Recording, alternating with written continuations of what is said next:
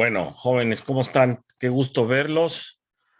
Pues estamos todavía recuperándonos de la pandemia y bueno, ya poco a poco vendrán muchos otros a las reuniones porque estamos muy flacos de asistentes el día de hoy.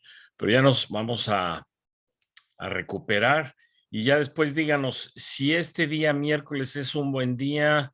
Isabel me decía igual jueves, martes, en fin, vamos a ver qué opinan ustedes. Muy bien, como ustedes saben, tuvimos el gusto de andar por Europa, allá en España, anduvimos promoviendo la fundación de Texas y la historia de las tierras de la frontera en algunas universidades de España.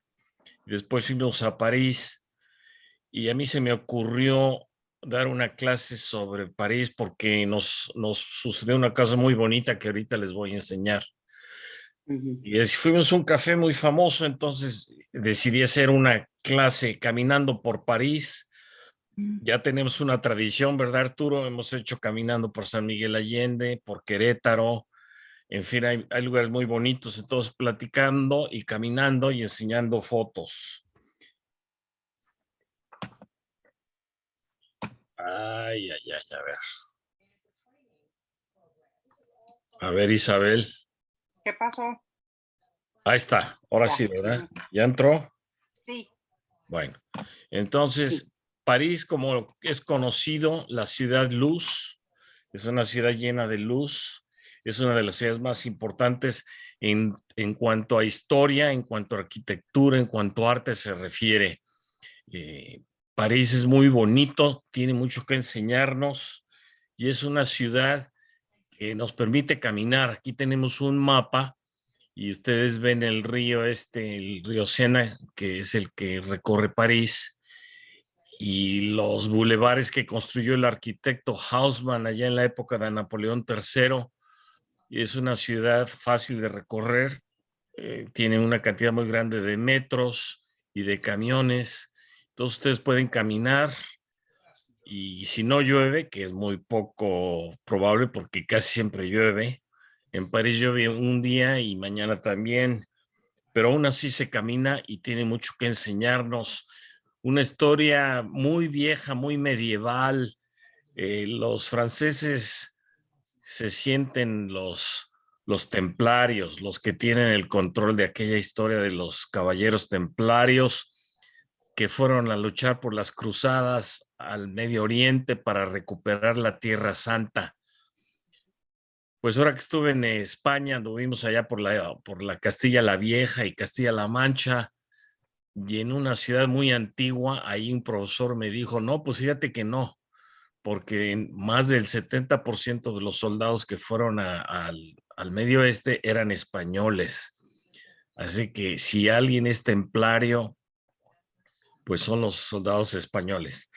Aún así, pues los franceses reclaman mucha historia, tienen las catacumbas famosas que tienen millones de personas en cuevas abajo del barrio este de Montparnasse, y nos dejaron ese arte medieval, ¿verdad? Los godos, los visigodos y esta iglesia, Nuestra Señora, ¿verdad? La famosa Notre Dame, que también tiene mucha relación con la historia de México, tiene una capilla de la Virgen de Guadalupe, y bueno, también es donde la hija del arquitecto se dio un balazo, ¿verdad, Isabel?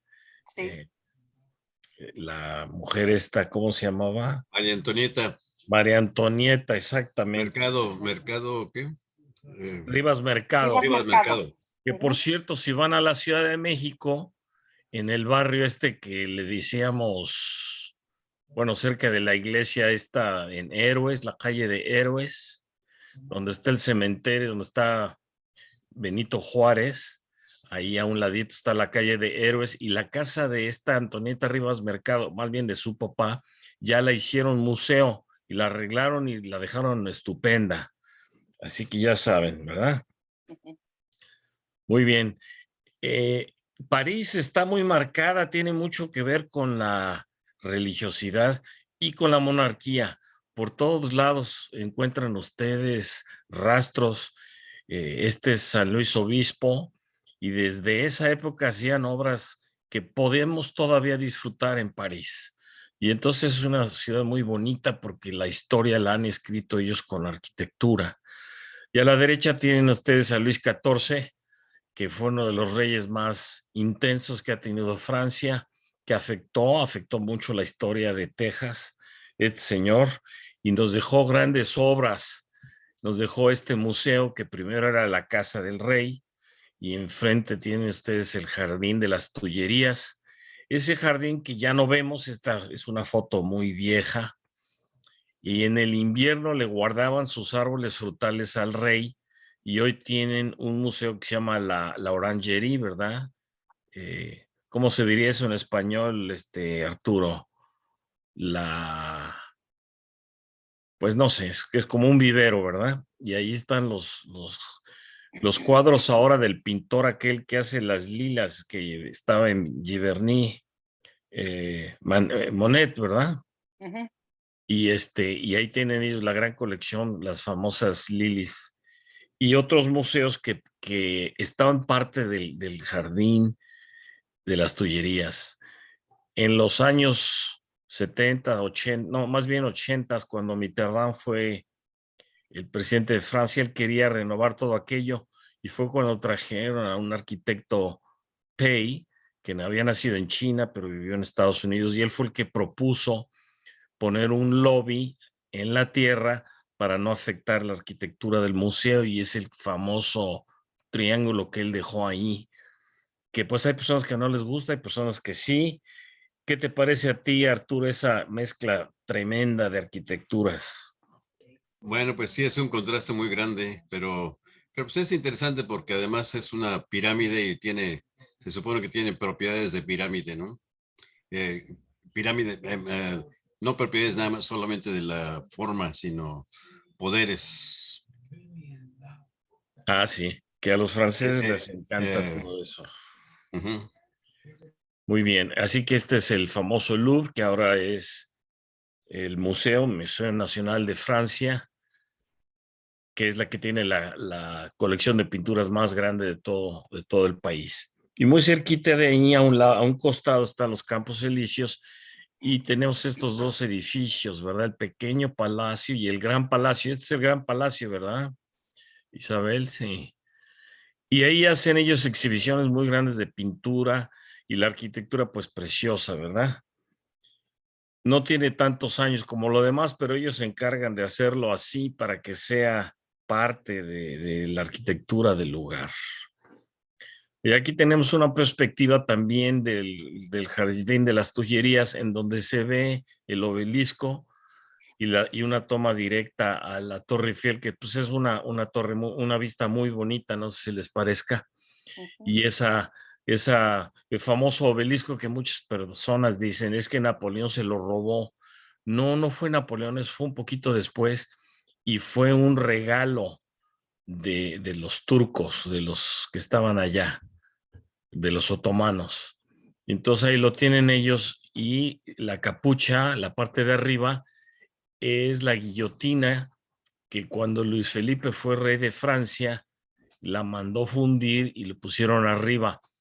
Antes la alumbraban con un rayo láser en la noche, pero como tienen la misma tradición ahora en la Torre Eiffel, pues ya no lo hacen.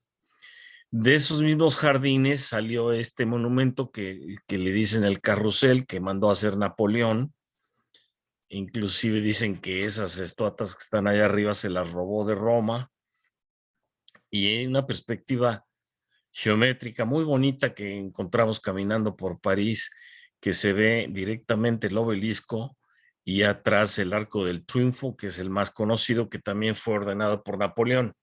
Y atrás está la nueva plaza donde están los grandes edificios, la, la nueva Plaza de la Nación, que geométricamente todos están unidos. Y bueno, la gente está muy ocupada, camine y camine por esa calle de los Campos Elíseos, que fue renovada también por Luis Felipe.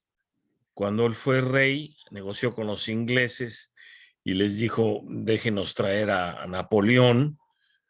y mandó a arreglar esta calle, que es muy bonita, y él fue el que le dio esta forma que ven ustedes, y él empezó con la costumbre de caminar desde el Arco del Triunfo hasta el obelisco. Y lo mismo hicieron con los restos de Napoleón antes de depositarlos en el monumento que tienen ellos ahí en Los Inválidos. El juego geométrico que cruza el obelisco es muy interesante. No sé si recuerdas, Arturo, que ya platicamos de eso en alguna ocasión, pero a mano izquierda, hacia el oeste, está esta iglesia muy bonita que es Nuestra Señora La Madeleine, que también es parte de esas historias de los franceses que dicen que la Madeleine se metió con Jesucristo y que tuvo una niña y esa niña nació en Francia. Entonces las niñas de Francia son descendientes de la Madeleine y por eso tienen ese nombre. La iglesia se ve vieja, pero no, la mandó a hacer Napoleón por ese juego geométrico. Entonces a la izquierda está la Madeleine, hacia el norte, enfrente de ustedes, desde el obelisco, está el Museo Nacional del Louvre y a la derecha se cruza el río y está la Asamblea Nacional. Entonces es un símbolo muy bonito porque tienen a la izquierda la religión, en medio la monarquía y a la derecha el Congreso, ¿verdad? Digamos la democracia. Y todos coinciden en el círculo que es la concordia, la paz entre los poderes. Y eso hace a París muy interesante porque es una ciudad que nos explica la historia y nos explica eh, lo que ha pasado con sus museos, con sus calles. Es una ciudad extraordinaria. Y bueno, pues ahí está la famosa foto, por eso le dicen París en llamas, ¿no, Arturo? ¿Qué es? ¿Coñac o Coca-Cola? París en llamas. Muy bien. Y caminando, ahí está otra vez. París en llamas, ¿verdad? Y lógicamente de todo esto podemos platicar mucho, porque hay mucho que escarbarle, hay muchos símbolos que nos han dejado los arquitectos franceses. Y caminando por París, muy cerca de la ópera, encontramos esta cafetería, el Café de la Paz, que es una de las más emblemáticas de la ciudad. Todo el mundo quiere ir a tomar ahí sopa de cebolla. Y está en la parte, digamos, norte del centro. Y caminando un poco hacia el sur, vemos esta fuente que es muy emblemática porque es la de los Medici, porque recordamos que uno de los reyes de Francia se casó con una Medici, la segunda Medici, María de Medici. Esta María de Medici le dijo al marido, oye, yo no quiero vivir aquí en el Louvre, esto está muy contaminado de mucha gente, me voy a ir a las afueras. Y aquí es a donde se fue, a las afueras. Ahora pues todos caminamos todo eso, así que París era mucho más pequeño antes, ¿verdad? Atrás de nosotros va a estar el Palacio de Luxemburgo, que es el palacio que ella mandó a hacer, porque no quería estar en el Louvre. Manda a hacer ese palacio y ella lo mandó a hacer recordando su infancia en el Palacio Pitti de Florencia. Y si ustedes ven de frente ese edificio, pues sí se parece mucho al Pitti de allá de Florencia.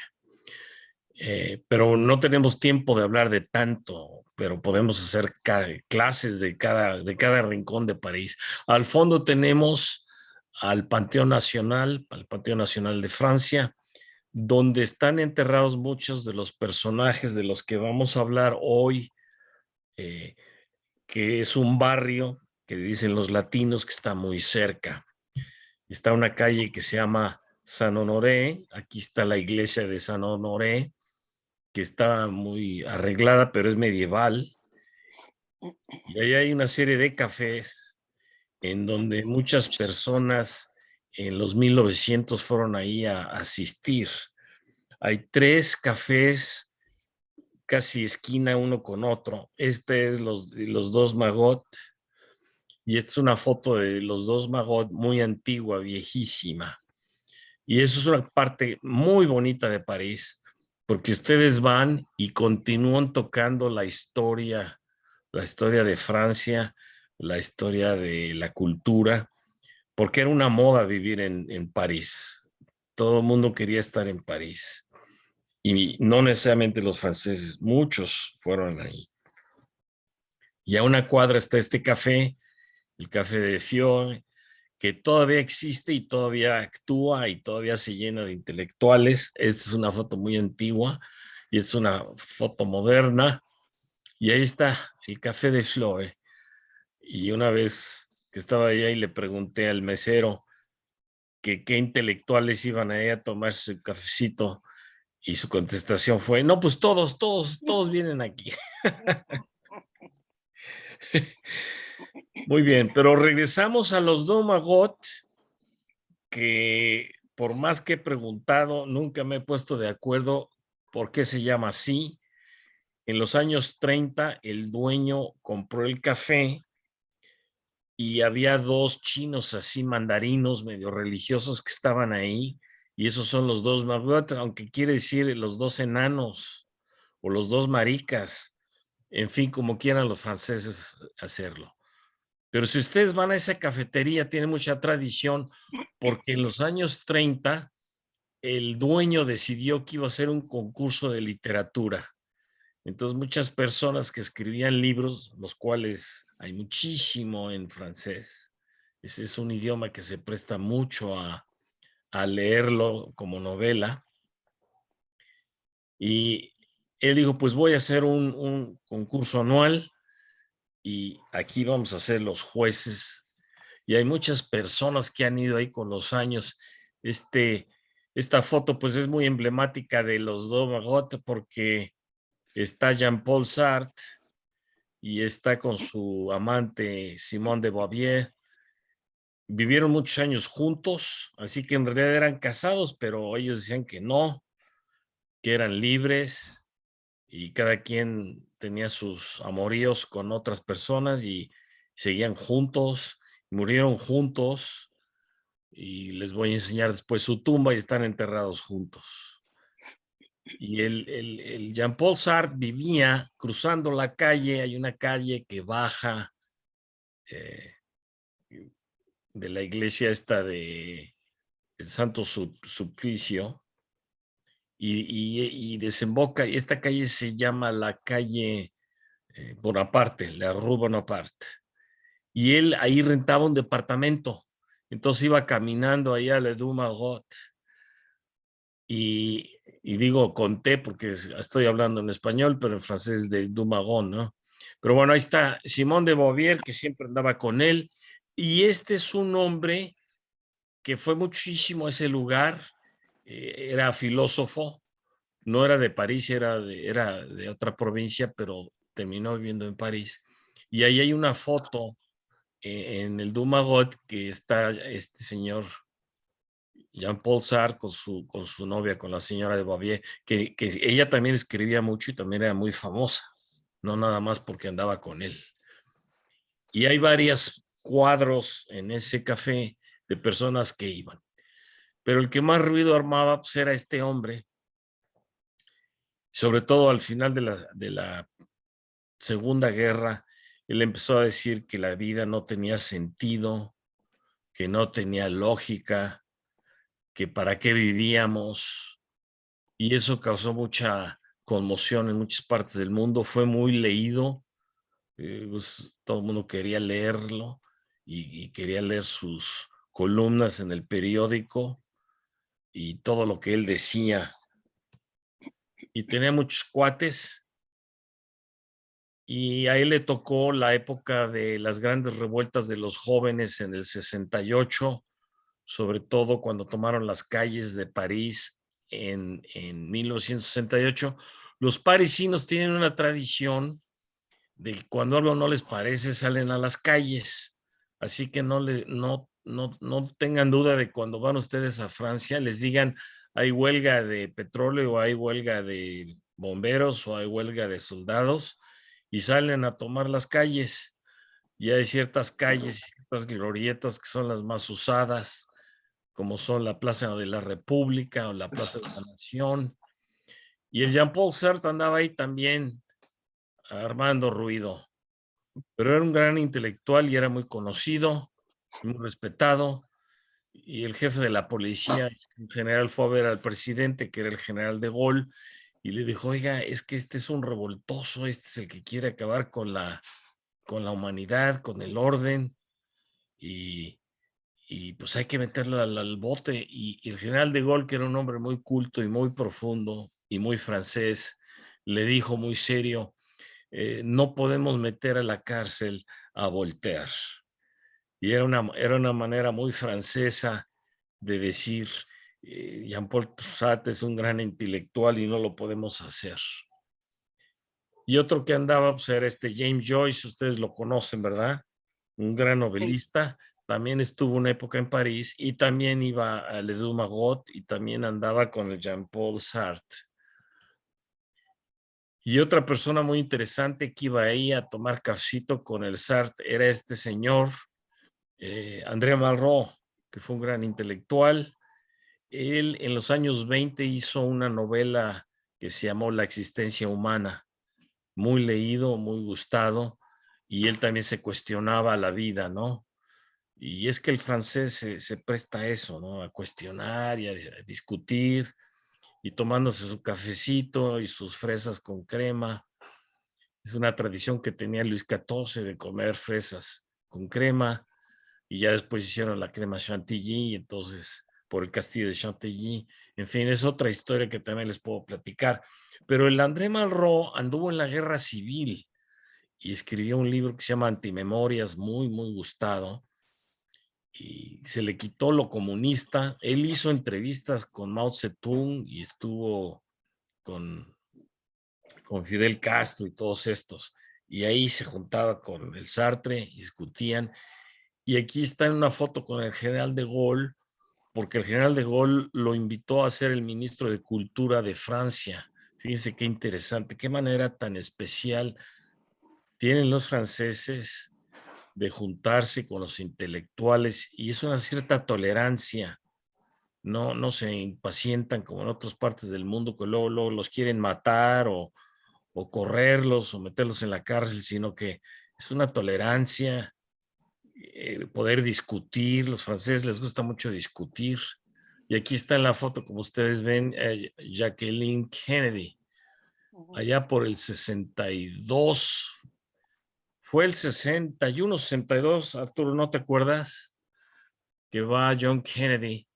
El caso es que están en París y ahí está platicando Jacqueline Kennedy, que hablaba perfectamente bien francés, porque ella vivió cuando era más joven en París. Ella estudió para periodista, conocía muy bien París. En ese viaje, en esos mismos días que están viendo ustedes, es cuando la Jacqueline llegó vestida a la cena oficial del gobierno de Francia, que era en el Palacio del Prado, que ahí está en Champs-Élysées, y es la residencia oficial del presidente de Francia. Llegó vestida como Josefina y se puso el chongo de Josephine, la esposa de Napoleón. El general de Gaulle pues se volvió loco. Le encantó el gesto de respeto a Francia que tuvo Jacqueline Kennedy, y la sentó en la cena con André Malraux y le dijo Malraux a ella, oiga, me dice el señor presidente que lo que usted quiera, y le dijo ella, sí, pues quiero a la señora, quiero a la Mona Lisa. Y le dijo, ay, madame, pero usted sabe que no se puede, la Mona Lisa no puede salir de Francia. El caso es que sí, y la Mona Lisa estuvo exhibida en los museos en la plaza ahí en Washington, en la Galería Nacional, y estuvo en Nueva York, estuvo en esas dos ciudades y causó una gran conmoción, y creo que pasó del 1,000,000 de personas que fueron a ver el cuadro. Pero fíjense los logros cuando la gente dialoga y coopera, y los franceses pues se expresan mucho en ese sentido. Y aquí tenemos al André Malraux, con otro gran intelectual de la época, el Albert Camus, que dicen que era africano, era argelino, y escribió unos libros muy famosos. Escribió La peste. ¿Y qué más escribió? ¿Te acuerdas, Arturo, por ahí?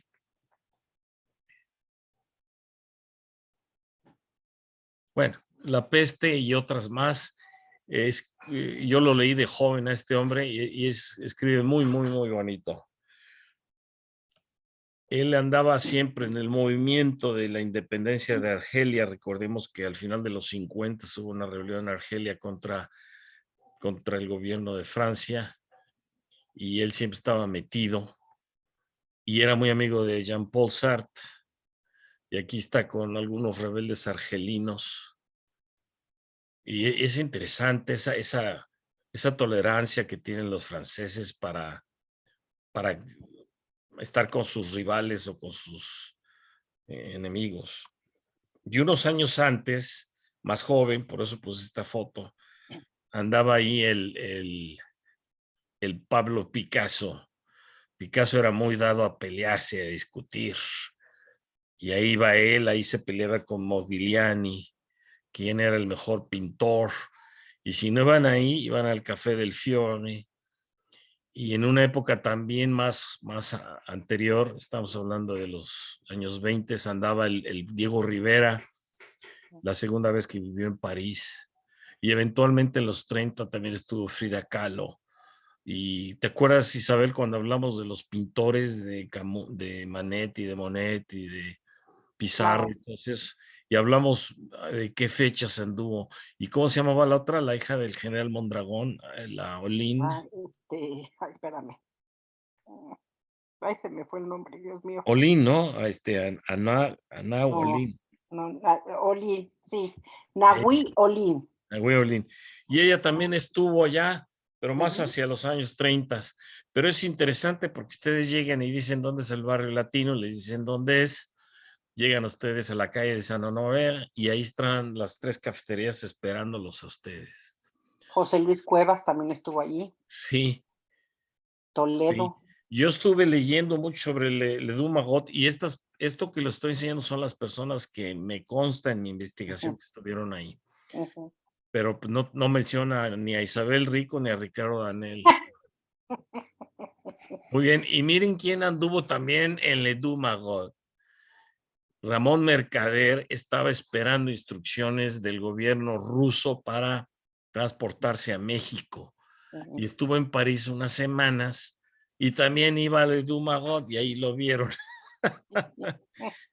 Así es de que cuando vayan a París, ustedes tienen que ir a Ledoux Magot.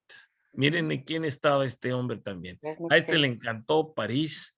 Ujú, Vivió muchos años en Cuba al final de su vida, pero él fue muy feliz en París y ujú. hablaba mucho de París y escribió muchas novelas y conoció a todo el mundo porque era muy sociable y creo que bastante borracho.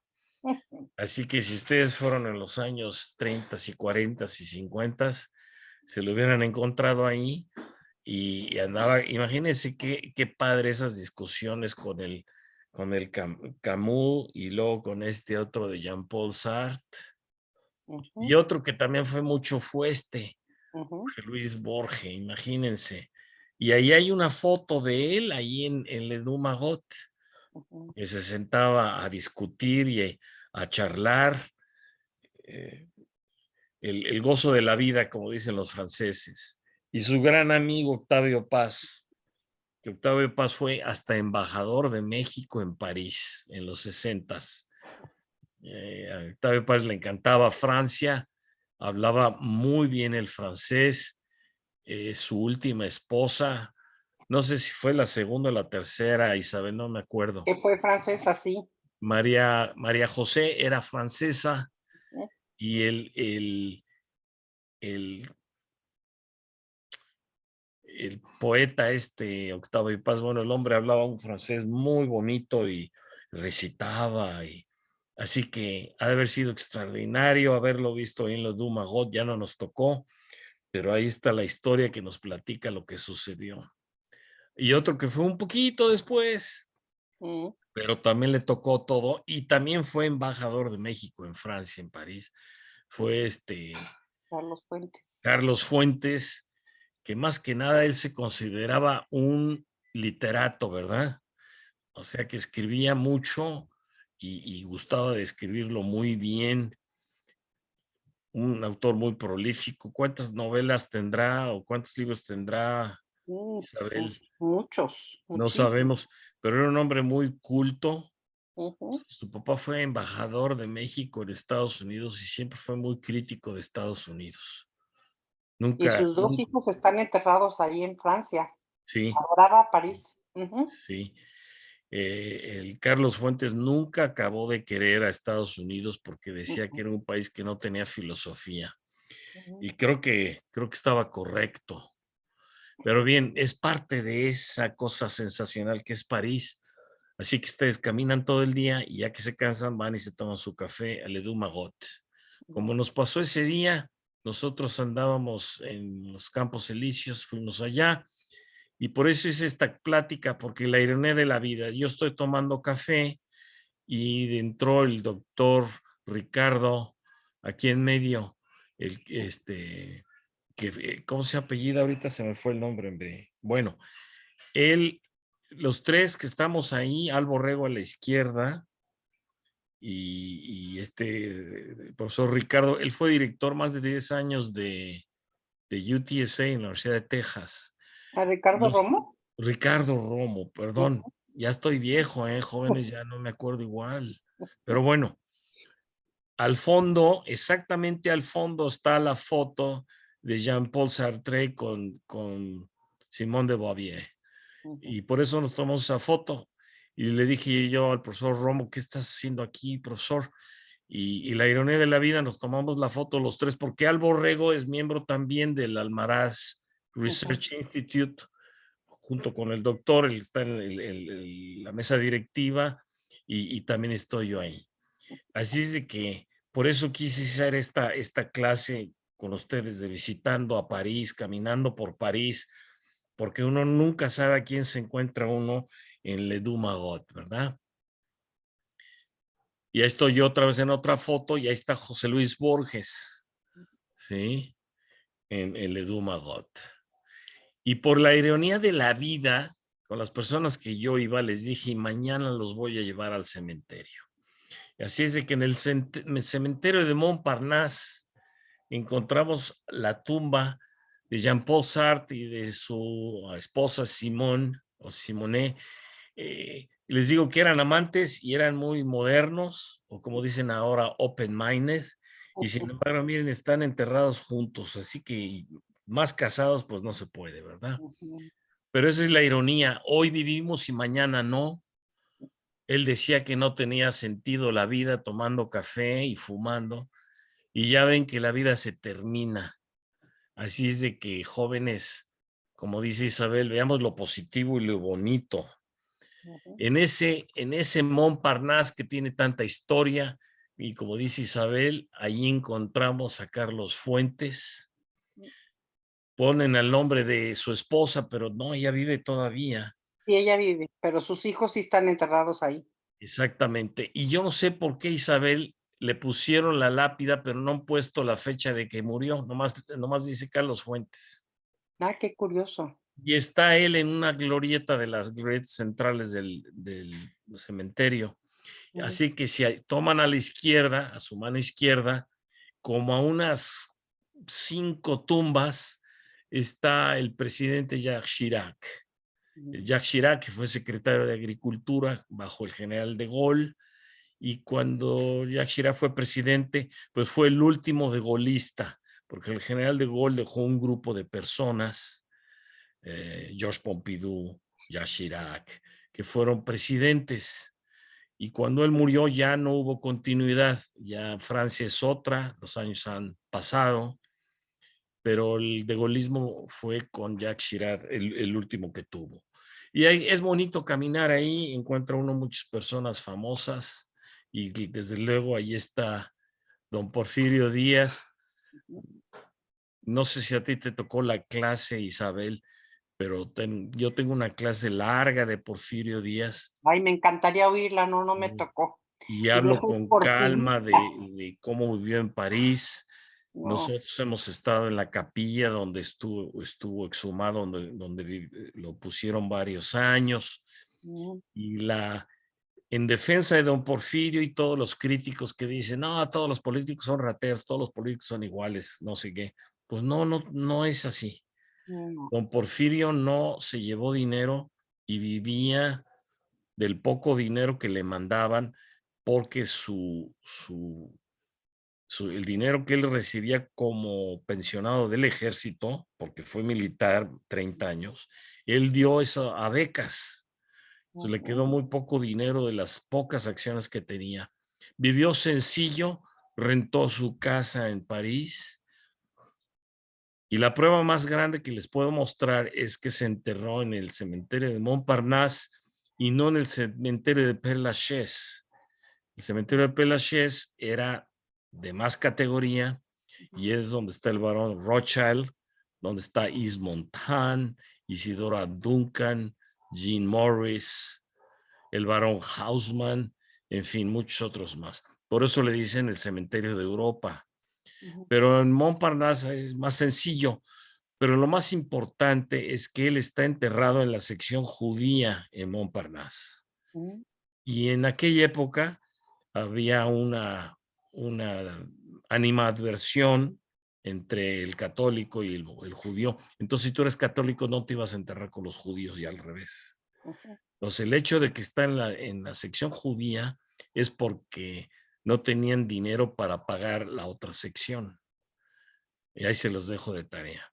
Ahí está enterrado don Porfirio en Montparnasse. Pero saliendo de Ledú-Magot a unas cuadritas, eso es lo bonito, siguen caminando ustedes, ojalá no les caiga mucha lluvia cuando estén, y caminan un poquito hacia el sur, sureste, y van pasando estas librerías viejísimas, que es una cosa extraordinaria. Métanse y compren libros de algo que les interese. Yo siempre busco libros de la intervención francesa y es increíble. Siempre me encuentro uno o dos, qué barbaridad. Y bajando llegamos a una parte muy medieval, muy antigua que tiene ahí, pero vean ustedes qué algarabía. Está lleno de gente hasta altas horas de la noche y ahí está todo el mundo tomando cafecito. Yo tengo grabado que estábamos tomando café y llegaron unos músicos ahí, improvisaron un concierto de jazz, eran 3 y estuvimos ahí hasta las 12 de la noche y no nos llovió, así que fue una cosa extraordinaria esa experiencia que tuvimos ahora en noviembre. Y ahí se encuentra este café, le pregunté a un amigo francés y me dijo, Procop, no quiere decir nada. Pues Procop es el café más antiguo de todo París, jóvenes. Y si ustedes creen que Ledú-Magot ha sido visitado, este café es la historia de Francia. Ahí dice que se fue fundado en 1686 y hay un medallón en la entrada, nomás que no se ve ahorita bien, de toda la bola de gente que ha estado ahí. Yo les voy a poner los que yo he leído y que han estado en este listado, que también es muy interesante. Ya no estamos hablando de 1890, 1910, 20, 30, 40, no, estamos más atrás. Estamos hablando de 1680, mucho de 1700 y un poco de 1800. Pero miren qué belleza. Si les gusta lo francés, qué bonito que 400 años después lo siguen dejando afrancesado. Claro, le han cambiado la alfombra y han pitado la puerta 20 veces, ¿no? Pero ese gran gusto que tiene el francés por sentarse a comer y discutir, y es una cosa muy bonita. Muy bien, el primero, la joya de la corona, imagínense, Voltaire, que fue un dolor de cabeza, un humanista, y recordamos que en la historia de la humanidad, y estoy hablando del mundo occidental, ha habido 3 grandes movimientos de los humanistas. El primero, pues, es el Ateneo de Atenas, ¿verdad? Sócrates, Platón, los grandes Aristóteles. filósofos, Aristóteles, por supuesto, y Séneca y todos ellos. Después, cuando los Medici empiezan a ganar mucho dinero y le compran a los monjes libros y ellos abren la biblioteca de los Medici. Y no va a ser tanto Cosme Medici o su hijo, el gangoso Juan, sino va a ser el nieto, Lorenzo el Magnífico, que se sentaba en sus villas a discutir sobre la filosofía humana con los grandes filósofos de aquella época. Esa fue la segunda vez en nuestro mundo occidental en donde hay un gran movimiento y básicamente ellos se cuestionaban cuál es el objetivo de la vida, a qué venimos, de dónde venimos, vamos a algún lado y buscarle un sentido a la vida. Y Voltaire fue uno de los grandes filósofos que escribió mucho, que cuestionaba las cosas, que tuvo una gran influencia en el movimiento en Estados Unidos, que el padre Hidalgo leía en francés las obras de este señor, que en muchas partes del mundo estuvo prohibido porque andaba agitando a la gente. Y él cuestionaba, ¿no? Y hay grandes libros. Y él era un niño rico, miren, aquí está la familia de él afuera de París, todavía se preserva la magnífica residencia. Y aquí vivió en París, miren, ahí el restaurante se llama El Voltaire. Y si ustedes ven aquí arriba a la derecha hay una marca, ¿lo ven en blanco? Sí. Y eso es una cosa muy bonita que tiene París. Ustedes tienen que ver siempre las esquinas, las fachadas, y siempre hay una marca arriba y dice, aquí pasó esto, aquí pasó aquello, aquí andaba fulano, o el tal sacerdote, o tal pintor, tal poeta, tal dramaturgo. Muy bonito, es una clase de historia París. Por eso insisto, caminando por París. Y otro que iba ahí a él le preocupa es La Fontaine, un gran poeta. Y como ven la fecha de los primeros, iba ya con Voltaire y ahí discutían y se conocieron. Y el suizo, que en ocasiones estuvo en Francia, fue ¿no? Juan Jacobo Rousseau. Quizás el que más influencia tuvo en el movimiento, en la Revolución Francesa. El Contrato Social, ¿verdad? Es su libro, ¿verdad, Isabel? Sí. Y él era el que decía, el ser humano debe de ser libre. El ser humano tiene que tener la oportunidad de desarrollarse usando sus habilidades. Y si este hombre se diera cuenta que ahora hay tanta gente en América Latina y en el mismo Estados Unidos que insisten que hay que ser socialistas y que el gobierno nos mantenga a todos y nos mantenga tarados y nos diga qué hacer, pues Rousseau diría, bueno, ¿y para qué trabajé tanto y para qué armé tantas revoluciones en el mundo, verdad? Muy bien. Y entonces viene la Revolución Francesa.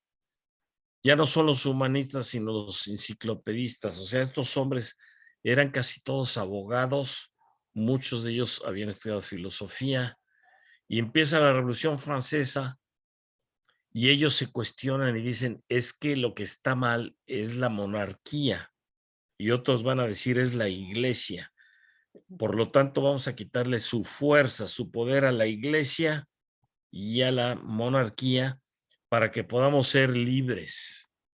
Y ahí van a echarse su cafecito y a quejarse y a querer cambiar el mundo. Y Danton es uno de los más importantes, seguido de de Marat, que también era de la misma época, también estuvo en la Revolución Francesa, también luchó, unos murieron en la guillotina, porque de pronto la revuelta se iba contra ellos y decían, no, es usted el problema, y hoy en la tarde lo pasamos por la guillotina. Una terrible época para Francia. Y querían un cambio radical, inclusive cambiaron los meses, ya no iba a ser mayo, junio, julio, sino Termidor 1 y Termidor 2 y una serie de cambios. Querían renovar a la humanidad y empezar de cero. Y Murat murió, ¿tú te acuerdas, Isabel, asesinado o se cortó las venas? Sí. Ya no me acuerdo. Sí. Pero si ustedes van al Louvre, van a ver esta preciosa pintura. Fue asesinado por Charlotte Corday. Ándale, pues. Gracias, Arturo. Entonces, este David es un gran pintor de la época y ustedes pueden ir a Versalles, pero sobre todo en el Louvre. Y hay unas pinturas sensacionales de Napoleón y de aquella época, grandísimas pinturas de este importante pintor David. Y Marat muere. Me imagino que era un radical, Arturo, el que lo mata entonces. No, no se ponían de acuerdo, era un relajo. Y este otro, Diderot, que también estaba en la revolución y también quería tener razón, y unos más y otros menos. Robespierre, eh, Maximiliano Robespierre, todos murieron mal y fue un problema hasta que se calmaron las cosas. Fue cuando después entró Napoleón y ahí está Diderot en un monumento que tiene ahí en París. Si ustedes se toman la molestia de checar cada parque y cada monumento, híjole, pues no acaba nunca, pero es muy bonito, ¿eh? Cuando lleguen a un parque, luego digan, bueno, a ver, este parque, ¿por qué se llama así? ¿Y quién está en este lugar, no? Es una ciudad única, exquisita. Y ahí está otra pintura que también está en los museos, ¿verdad? La Asamblea Nacional, lo que les decía. Ya no va a representar ni el rey ni la iglesia. Ahora el pueblo lo va a representar la Asamblea Nacional. Ahora le llamamos Congreso y Senado y etcétera. Pero la gente va a poder expresarse y va a haber representación de los campesinos y de los mineros y de los obreros. Nada de que nada más la burguesía. Es más, se fueron contra la burguesía y mataron a muchos que decían, tú eres burgués, tú eres el conde, no sé qué, o el no sé qué, guillotina. Muy bien. Y muchas personas están ahí en ese Panteón Nacional que les enseñé hace momentos, ¿se recuerdan? Sí.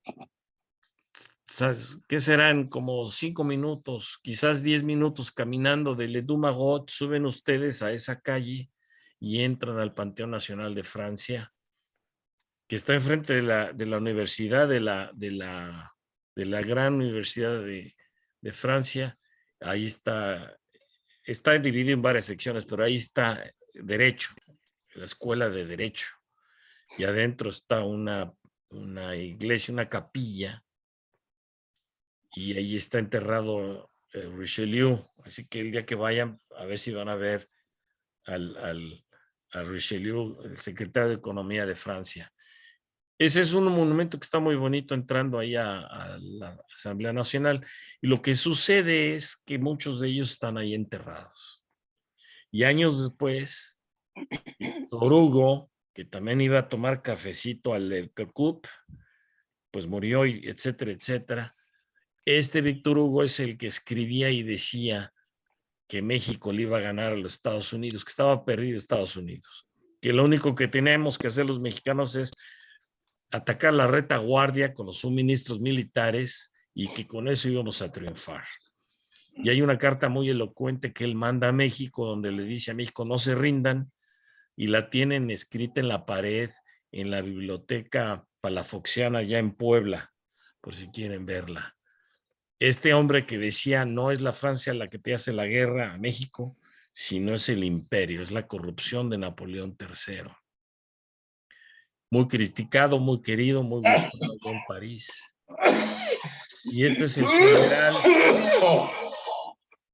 Este es el funeral de Víctor Hugo entrando al Panteón Nacional que les mostraba. Entonces es muy interesante. Iba a tomar café Le Percup, a discutir, y también la vida lo alcanza y se muere. Y está ahí enterrado junto con Madame Curie, André Malraux, que les platiqué quién fue, también está ahí. Y está Voltaire, este hombre, y miren cómo influyó a la Constitución de Estados Unidos y al movimiento de la independencia. Ya hemos oído esto, ¿no? Freedom of speech, freedom of religion, separation of church and state. Pues esto lo dijo Voltaire, jóvenes, ¿cómo ven? Increíble, ¿verdad? Increíble. Así que los Estados Unidos fueron copiones de las ideas de Voltaire. Otro que iba a tomar cafecito allá era este hombre, Anatole France, que se cambió el nombre, se apellida Thibault, está medio curioso ese apellido. Total, se puso Anatole France, era un hombre que fue muy dado a leer, su padre vendía libros de joven y siempre estuvo rodeado de libros y andaba ahí tomando cafecito en Le Procope. Así que si quieren visitar a Voltaire van ahí, o si quieren ver a Jean-Paul Sartre, pues van a Le Doux Magot, ¿verdad? Y otro que fue también a tomar cafecito fue Thomas Jefferson, increíble, ¿verdad? Y este era un hombre muy culto, y en su tumba, allá en Monticello, o Monticello, en Virginia, en su tumba hicieron una pirámide de mármol, como si fuera un monumento masón, pero Thomas Jefferson no fue masón, pero tenía muchos amigos masones. Y lo curioso es que se muere y le ponen ese monumento, nada más para darnos dolores de cabeza, yo creo. Y era un hombre extraordinario y fue todo esto, fue embajador, fue filósofo. A él decía que era botano, botanist, estaba muy orgulloso de ser eso. Y estaba muy orgulloso de decir que fue el fundador de la Universidad de Virginia, que desde el segundo piso de Monticello, viendo hacia la Universidad de Virginia, se alcanzaba a ver. Entonces le podaron los árboles alrededor para que se vea el domo de la Universidad de Virginia que él había diseñado. Y ustedes van hoy y efectivamente le cortan los jardineros, tiene un círculo cortado y ahí ustedes ven con calma, lo ven y al fondo se ve la Universidad de Virginia. Nunca dijo, y presidente de los Estados Unidos. Esa chamba no le interesó, ni estaba orgulloso y le valió. Así son los grandes pensadores. Y él era muy asiduo de ella a Le Procope. Y la pastelería francesa, ese gusto por la patisserie, en Estados Unidos él fue el que trajo el sistema de hacer el cremel y todo aquello, ¿verdad? Y además fue el presidente más culto que hemos tenido.